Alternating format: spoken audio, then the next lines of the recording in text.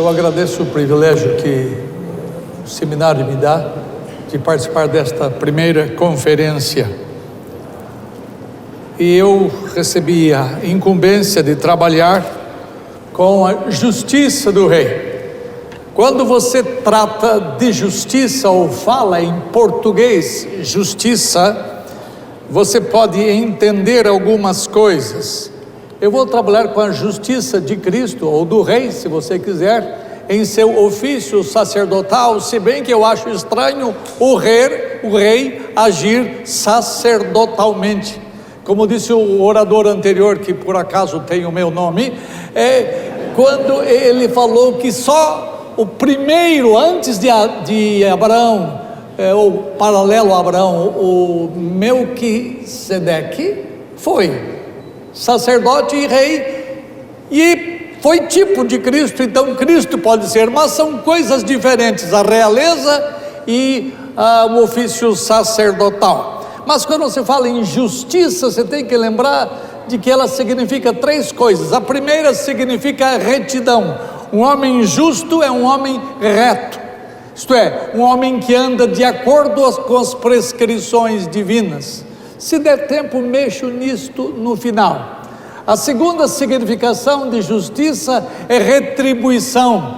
É o Deus justo ou o Rei justo que retribui, que pune aqueles que são transgressores da sua lei.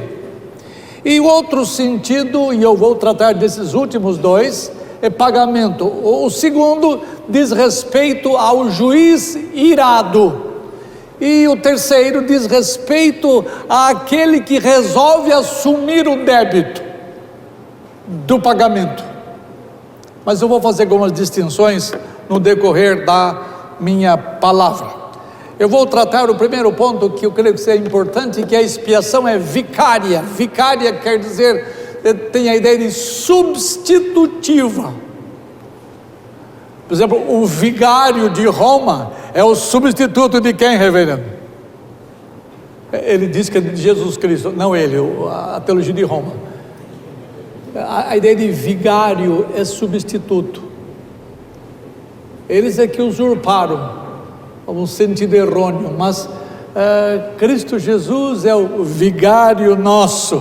E a justiça divina exige que a penalidade seja paga.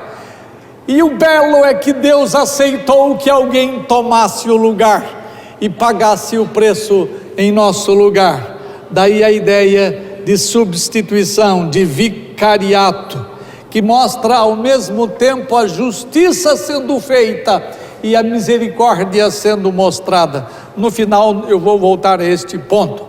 Mas quando eu falo de expiação vicária, e eu estou falando agora aqui aos seminaristas que têm mais familiaridade, e eu fiz algumas citações em grego aqui, mas vai aparecer tudo em português, tá? Quando eu falo de expiação vicária, eu tenho que usar duas preposições. A primeira é anti, e a segunda é hiper. Vocês prestem atenção nisso, que é muito importante você entender estas coisas. Elas não são técnicas que os outros que não são seminaristas não possam compreender. Essas duas preposições, anti e hiper, que eu vou trabalhar daqui a pouco, elas são traduzidas via de regra nas nossas Bíblias, especialmente na Bíblia Revista e Atualizada, como por, tanto anti quanto hiper. E eu quero mostrar a vocês que às vezes nós sofremos muito por causa dessa tradução, porque ela não esgota os significados da palavra, ao menos no entendimento das pessoas. Então eu quero falar sobre o uso da preposição grega anti. Anti sempre, invariavelmente, significa no lugar de. Sempre no lugar de, indicando claramente substituição. E a outra, hiper, significa três coisas: significa em favor de, significa em benefício de, e significa também e especialmente no lugar de, tá? Então eu vou dar exemplo para vocês de anti primeiro. Vamos ler juntos? Vamos lá. Tal como o Filho do Homem, que não veio para ser servido, mas para servir e dar a sua vida em resgate por muitos. Perceba, a tradução é por, mas tinha que ser em lugar de, dar a vida no lugar de muitos. A tradução enfraquece aí. Não se permite ver aí em favor de ou em benefício de. Aí anti significa somente substituição. Outro texto, lemos juntos.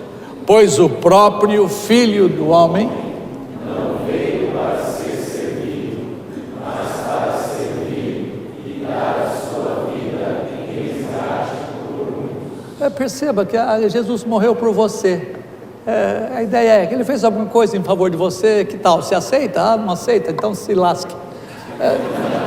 Não é assim. A ideia é, Jesus Cristo deu a vida no seu lugar. Era você que é para ser o desgraçado, no entanto o maldito foi ele. É a ideia de substituição, mas a tradução enfraquece a ideia de substituição, nesse caso da preposição anti. Tem outras palavras, outros textos que apontam para essa ideia de substituição que são importantes. Veja como é parcial, às vezes são parciais os tradutores. Olha esse texto aqui de Mateus 2:22 e preste atenção nele. Olha só, leia junto. Tendo, porém, em lugar de seu pai Herodes, temeu ir para lá.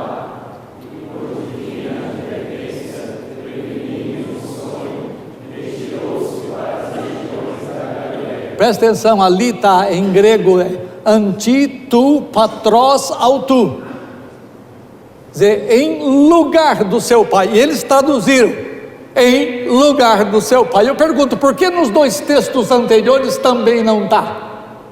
Em lugar de ou no lugar de? Porque quando, isso aí tem a ver com background teológico, tem a ver com um pano de fundo teológico.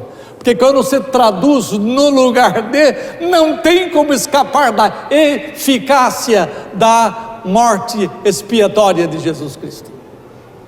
Mais um texto. Ouvistes o que foi dito, olho no lugar de olho e dente no lugar de dente. Essa é a ideia. Mas tá, o que pegou no ditado, olho por olho, dente por dente, e as pessoas não sabem o que isso significa geralmente. Mas é a ideia de substituição, porque a preposição lá é anti, significa substituição. Tem mais um embaixo aí. Qual dentre vós é o pai que, se o filho lhe pedir pão, lhe dará uma pedra? Ou se pedir um peixe, lhe dará em lugar de? Perceba como muda. Em lugar de é muito mais forte. Então todas as vezes anti teria que ter esta conotação e fortaleceria extremamente o pensamento cristão reformado de que a morte de Jesus Cristo é uma morte vicária, substitutiva. Mas traduzir como por enfraquece a noção de substituição. Agora eu vou trabalhar com outro texto. O uso da preposição grega hiper, que aí está transliterada. A maioria dos textos, entretanto, que trabalham com a ideia de expiação, levam esta palavra hiper mais frequentemente, porque ela combina as três ideias. Ela combina em favor de, em benefício de e no lugar de. Vamos ver dois textos, alguns textos aqui. Esse aqui, ó. Leiam comigo. E tomando um pão,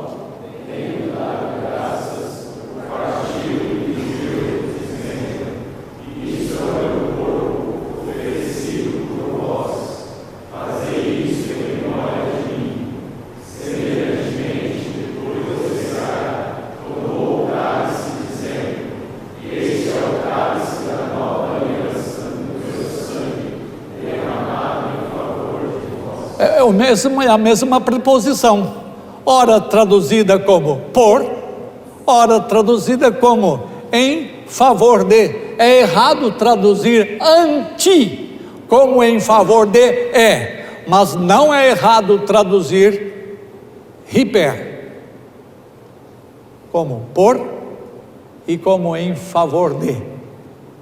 E traduzir, ora, por ali em cima e embaixo, em favor de.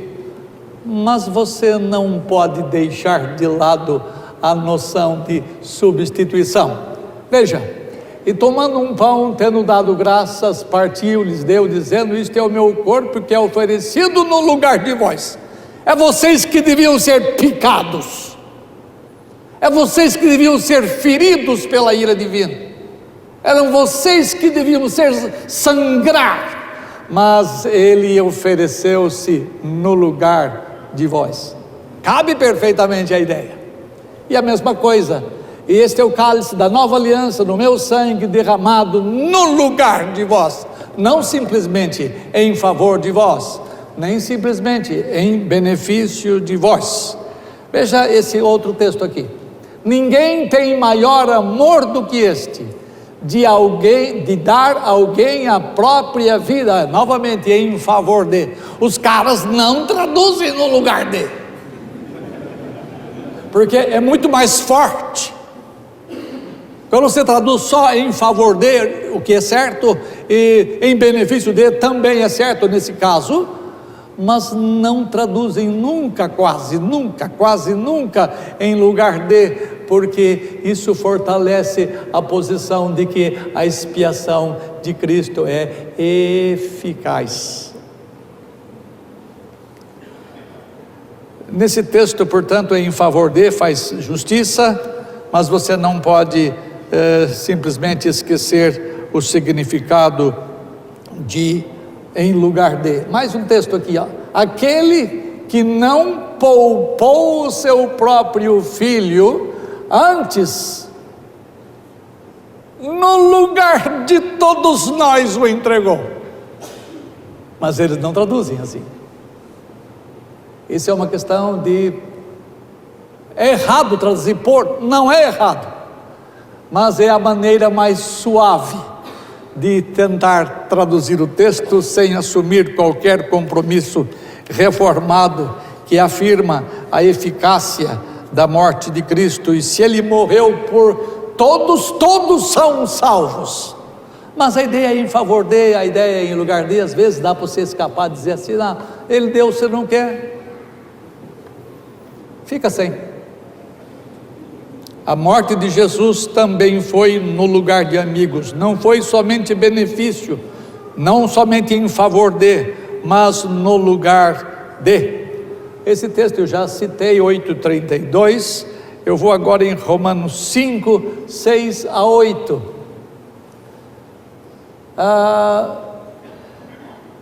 Porque Cristo, leia comigo, porque Cristo...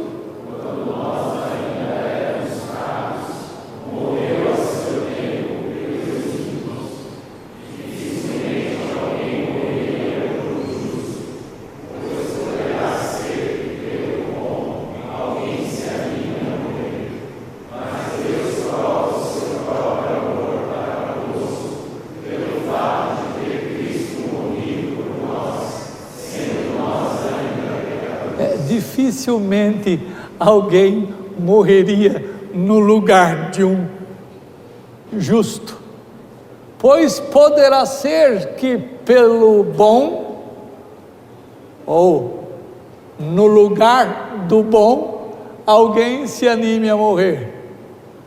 Mas Deus nos ama, e para mostrar esse amor, Cristo teve que morrer no lugar de nós, quando ainda éramos pecadores. Uma boa exegese desse texto nos levaria a entender a preposição hiper, em todas as vezes que ela aparece, 4 vezes aí, como no lugar de, embora a ideia de benefício de, ou em benefício de, ou em favor de esteja presente. Eu não estou dizendo que a tradução é de todo errada, eu estou dizendo que as traduções às vezes deixam de dar o significado mais forte que o texto dá, que é a ideia de expiação, e não existe expiação que não seja substitutiva. Quando Deus ensinou as coisas didaticamente desde o tempo dos cordeiros, lembra? Os cordeiros eram oferecidos no lugar dos ofertores. Quando Deus apresentou lá, disse para Abraão: mata o teu próprio filho. Ele vai lá, a hora que ele vai matar, Deus bota um no lugar de, não é em benefício de, não é simplesmente em favor de, é substituição. A ideia de, aqui em 2 Coríntios, veja que interessante isso aqui. Presta atenção na leitura que você e eu vamos fazer, vamos lá.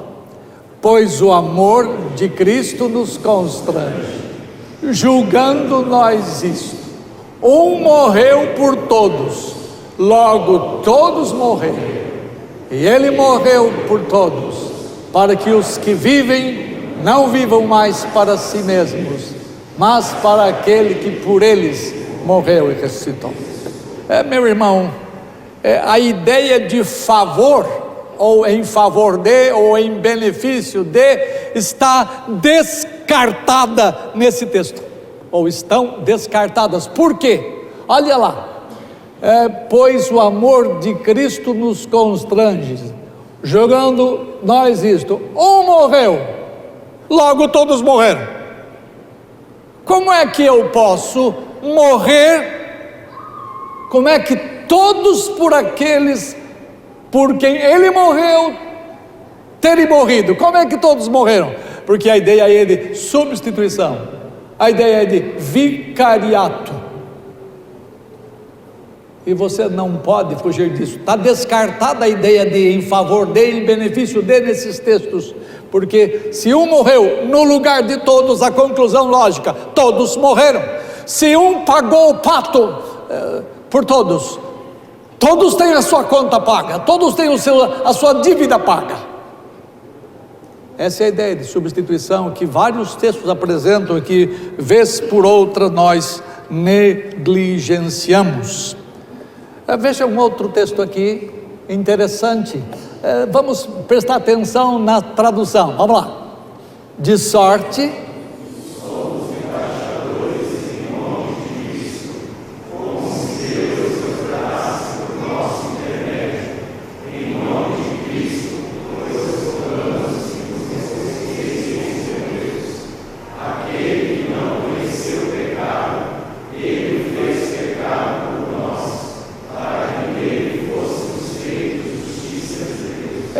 que um embaixador faz?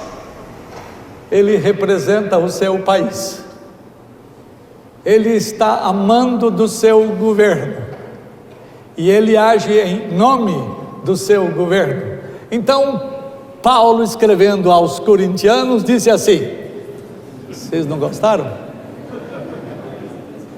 De sorte que somos embaixadores no lugar de Cristo, ou em nome de Cristo. A tradução é melhor: em nome de Cristo, como se Deus fizesse isso por nós, né? Como se Deus exortasse por nós. Quer dizer, nós estamos trabalhando no lugar de Deus, sendo embaixadores dele, Por isso que falamos em nome de Cristo, isto é, no lugar de Cristo, Riper Christu, em nome de Cristo.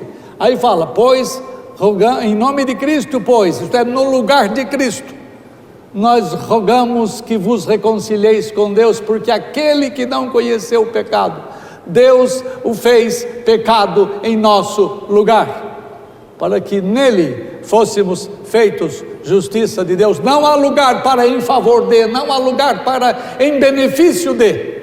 Aí vem claramente a ideia de substituição.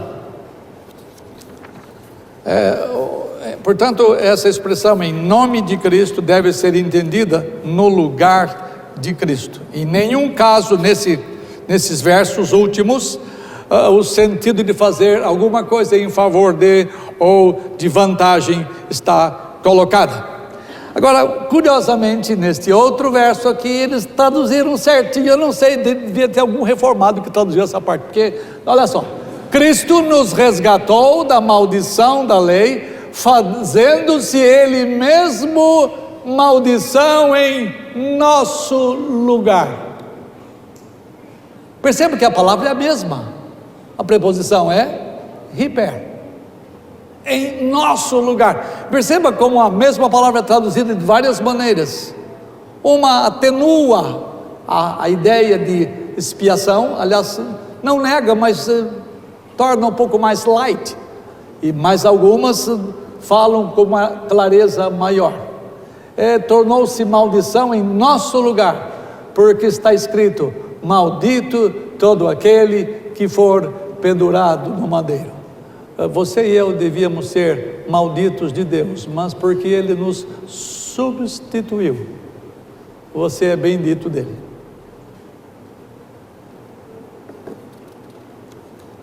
Em nosso lugar é uma ótima tradução que expressa a maravilhosa graça de Deus. Expiação vicária é um ponto, subponto, e sempre indica substituição. Sempre indica substituição.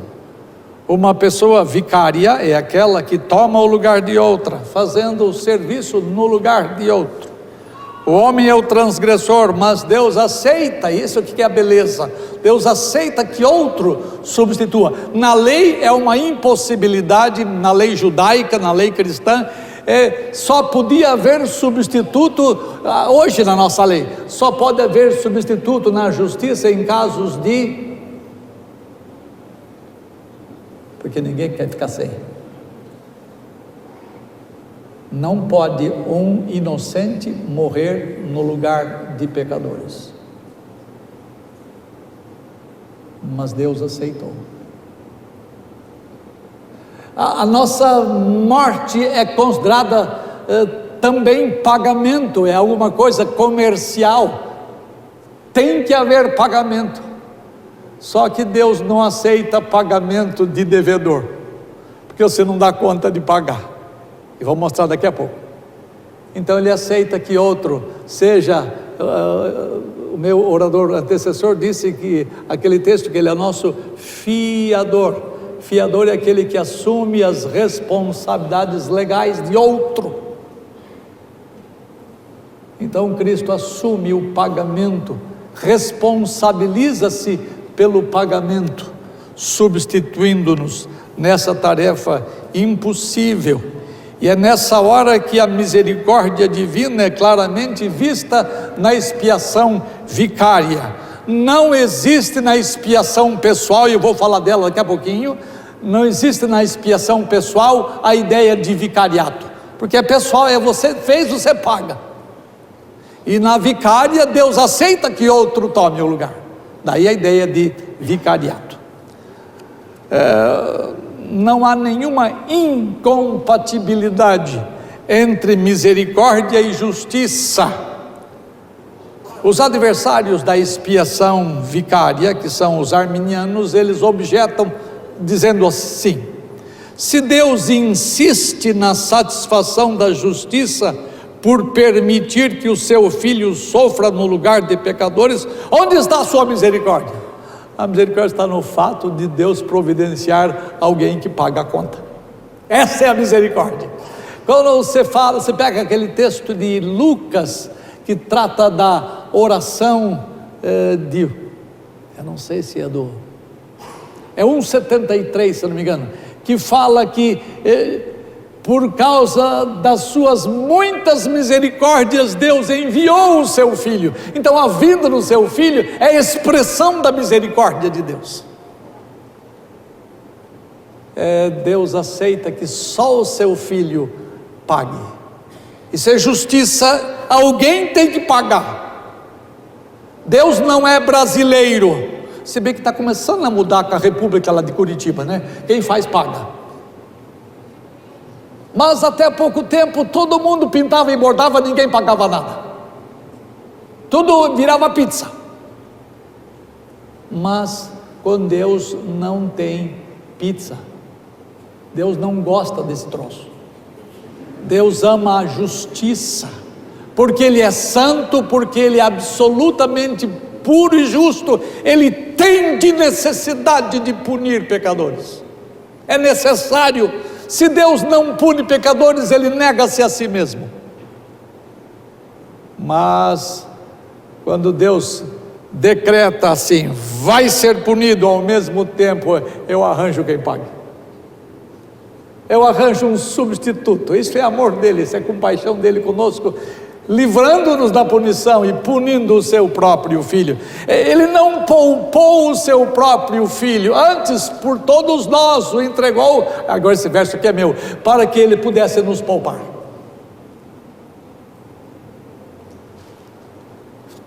Deixa-me fazer algumas a expiação sempre implica em pagamento. Deixa eu pular isso aqui. Deixa eu fazer diferenças entre a expiação vicária e a expiação pessoal.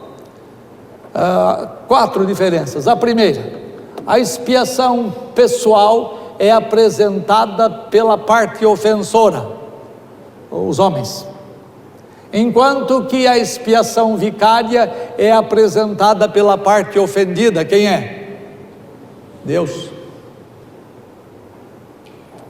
Em outras palavras, a expiação pessoal é apresentada pelo pecador, enquanto que a vicária é apresentada por Deus. E na expiação pessoal, o pagamento é apresentado pelo ofensor.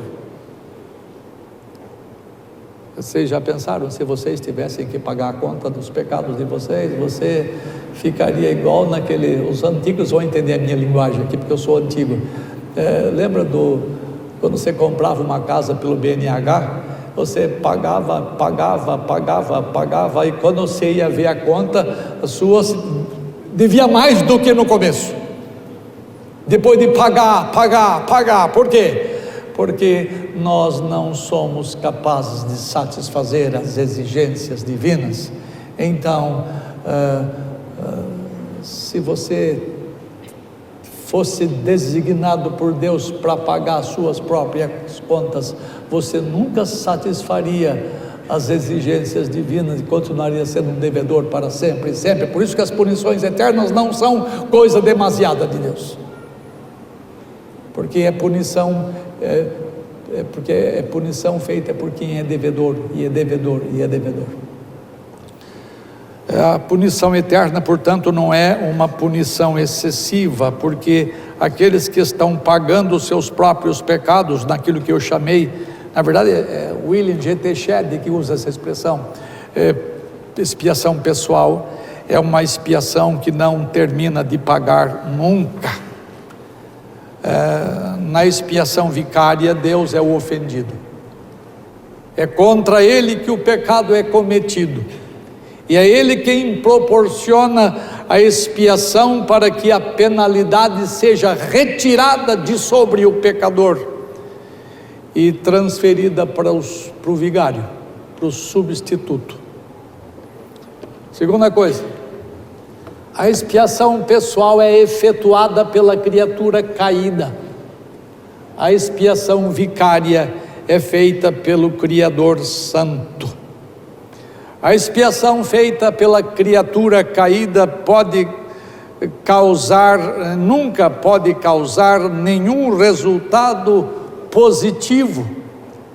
Não existe remissão de penalidade quando o próprio pecador paga os seus pecados, porque é débito pago por quem continua sempre ser um transgressor da lei. Você não pensa que os quintos dos infernos vai tornar as pessoas boazinhas, obedientes a Deus? Castigo, punição não reforma ninguém, não transforma ninguém, não regenera ninguém, e os homens continuarão a ser ofensores de Deus, continuarão a lutar contra Deus, continuarão a rebeldes contra Deus. Por isso que o pagamento deles não termina nunca, não termina nunca. Então ninguém caído pode ser remido ou liberto da sua penalidade. A expiação vicária, diferentemente da expiação pessoal, nunca pode ser apresentada pela criatura. Olha que verso curioso este. Ao irmão, verdadeiramente, ninguém o pode remir. Isto é, nenhum irmão pode morrer no lugar de outro, nem pagar por ele a Deus o seu resgate. Aí vem um parênteses: pois a redenção da alma deles é caríssima, e quem quiser fazer isso vai ficar frustrado para sempre, porque é impossível que pecador pague em lugar de pecador. Por isso que o nosso Redentor teve que ser santo. Bom, sobre isso eu falo daqui a pouco. Tem um outro texto aqui do profeta Miqueias, algumas perguntas que ele faz: com que me apresentarei ao Senhor e me inclinarei ante o Deus excelso? Eu virei perante ele com holocaustos, com bezerros de um ano? Agradar-se-á o Senhor de milhares de carneiros, de 10.000 ribeiros de azeite? Darei o meu primogênito pela minha transgressão, o fruto do meu corpo pelo pecado da minha alma? Não tem jeito. Homem não pode pagar por homem. Mas Jesus Cristo é homem e pagou por homens, mas ele é homem e pagou por homens, uma porção deles, porque ele era Deus, homem. Ele não podia deixar de ser Deus e não podia deixar de ser homem. Tem um livrinho ali, trata desse assunto, vocês comprem se vocês quiserem. As duas naturezas do Redentor. É importante que o Redentor tenha as duas naturezas, a divina e a humana. Então, irmãos, esse texto faz perguntas que nós não temos respostas, e a expiação vicária é a única que tem resposta, porque é feita por quem é absolutamente santo. Terceiro ponto: a expiação pessoal é incompatível com misericórdia. A expiação vicária é a única maneira de Deus, ao mesmo tempo, ser justo e misericordioso. Então, a expiação pessoal é incompatível com a misericórdia. Simples. Eu sou Deus, vocês são os pecadores, e eu resolvo matar esse cara que está na frente aqui. Se eu resolvo exercer justiça contra ele, ela fica viúva. Se eu resolvo ser justo com ele, eu não posso ser misericordioso, porque misericordioso é não impor penalidade sobre ele. Então, na expiação pessoal, incompatíveis são as duas coisas: justiça e misericórdia. Essas duas coisas não podem ser aplicadas na mesma pessoa. Se Deus é justo comigo pessoalmente, ele não pode ser misericordioso comigo. Mas na expiação vicária, Deus pode ao mesmo tempo ser justo comigo, fazendo com que alguém pague os meus pecados, leve as minhas culpas, assuma as minhas contas, e então ele pode ser misericordioso comigo, porque ele foi justo com o que tomou o meu lugar, foi justo com o representante meu, foi justo com aquele que assumiu como vigário o meu lugar. Deus, eu repito o que eu já disse antes, Deus tinha que ser justo, porque a santidade majestosa de Deus exige que Ele seja justo. Deus não pode perdoar pecadores sem que alguém pague a conta. Isso aqui é sério. Deus não pode perdoar pecadores. Mas então até eu posso, então. Você me deve tanto.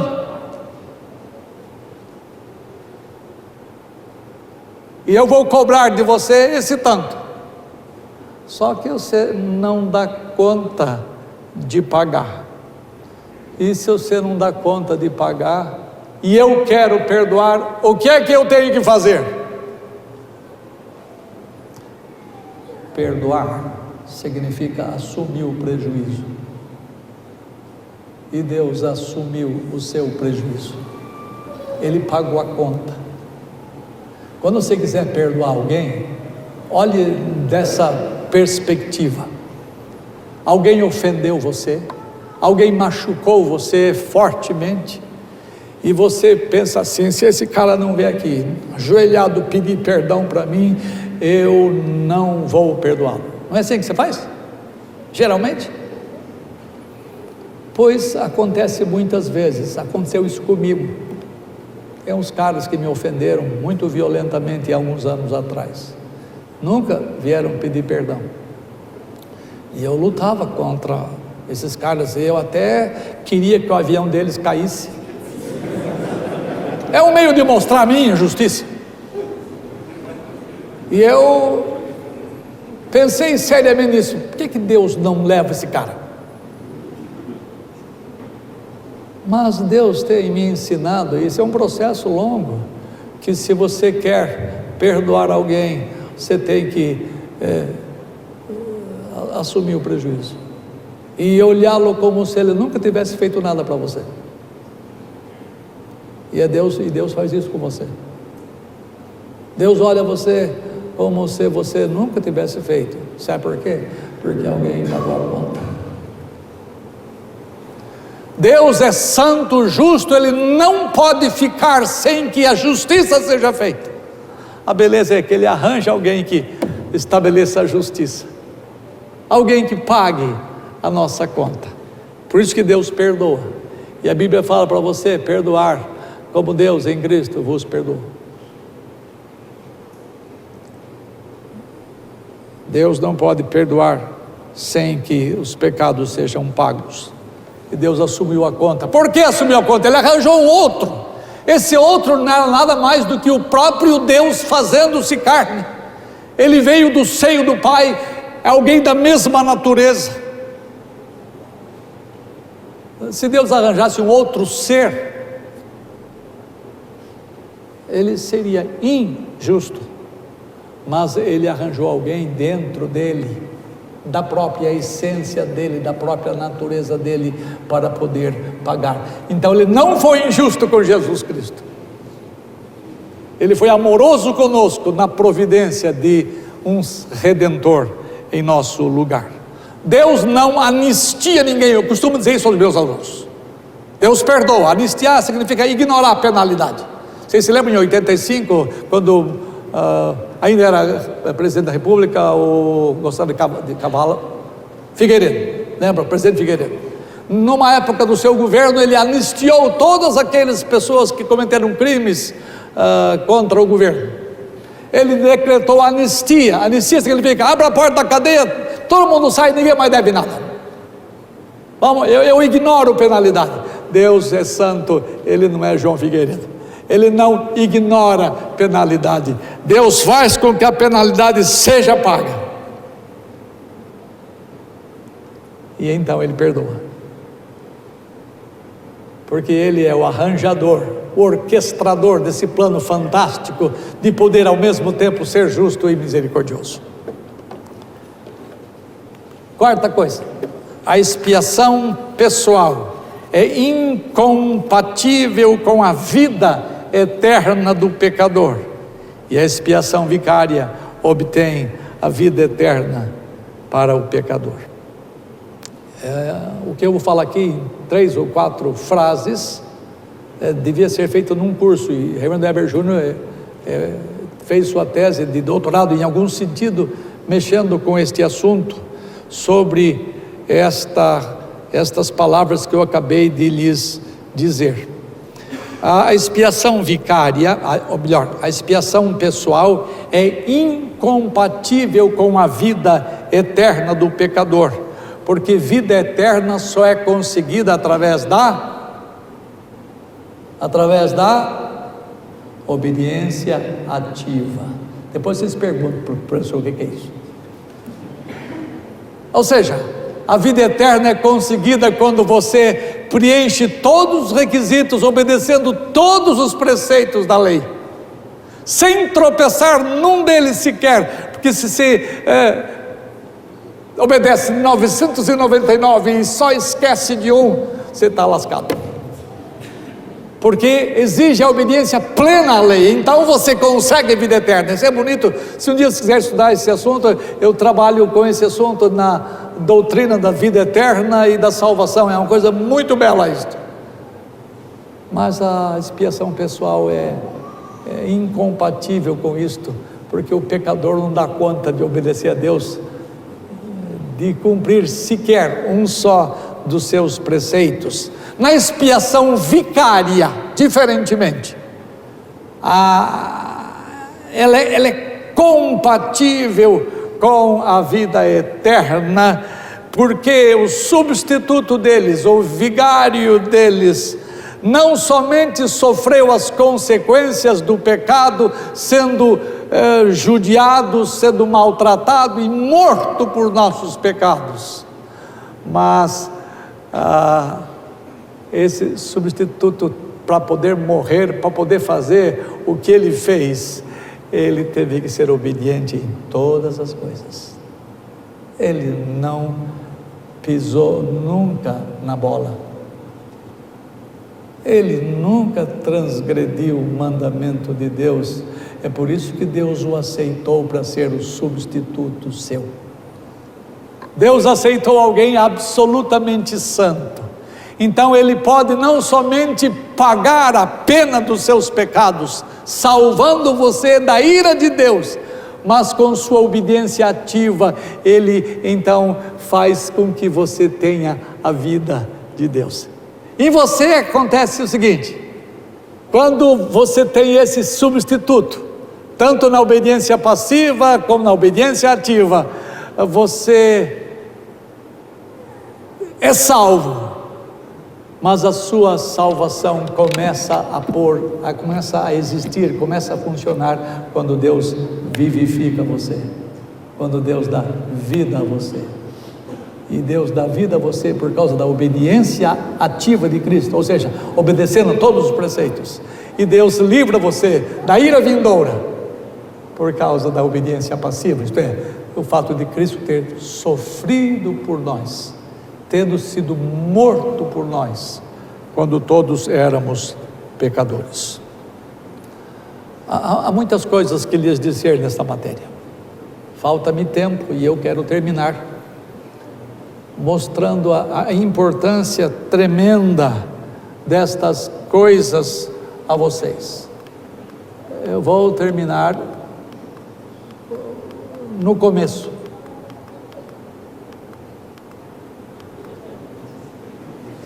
É o problema aqui com o que está atrás desse negocinho. Lembra que justiça significa 3 coisas? Põe no segundo slide, por favor.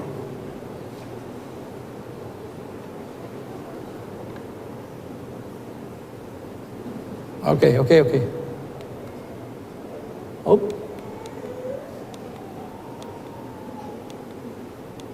Volta mais um. É o número 2, acho. Isto. Lembra que eu enfatizei os 2? Justiça significa retribuição e significa pagamento. Porque a justiça de Cristo Jesus significa punição. Ao mesmo tempo, ela significa olhando o posto de modo contrário, ela significa pagamento. Deus é justo, exige punição, mas Deus é justo, Ele pune outro. A mesma justiça, pune outro. E agora, justiça significa retidão, porque Deus puniu o Redentor de vocês, que voluntariamente aceitou morrer e tomar o nosso lugar. Ele garantiu-nos a retidão. Este é um processo que começa quando Deus traz vida a você e que termina quando a redenção termina em você, se completa em você. Deus vai fazer você parecido com Jesus Cristo, tendo a retidão de Cristo Jesus. Deus vai fazer com que a imagem de Cristo seja feita e construída até que a sua redenção termine. E quando ela terminar, você vai ser semelhante a Cristo Jesus, não com respeito à sua divindade, jamais você vai ter natureza divina, você vai ter uma natureza humana perfeita, refletindo perfeitamente o caráter do seu Redentor. E como Deus vai fazer isso de uma forma maravilhosa, Deus vai limpando a sua alma paulatinamente, pouco a pouco. A salvação é um processo, a santificação é a salvação em processo. Mas Deus vai redimir aquela parte do seu corpo que você não gosta muito, que você faz uma cirurgiazinha, você faz uns arranjozinhos, etc. Deus vai redimir você todo inteiro, e você vai ser puro, e vai refletir não somente o caráter de Cristo, mas você vai ter o corpo de Cristo Jesus, e você vai ter, portanto, a glória de Cristo Jesus, refletindo o seu corpo e a sua alma, refletindo perfeitamente a sua humanidade. É isto que a expiação garante.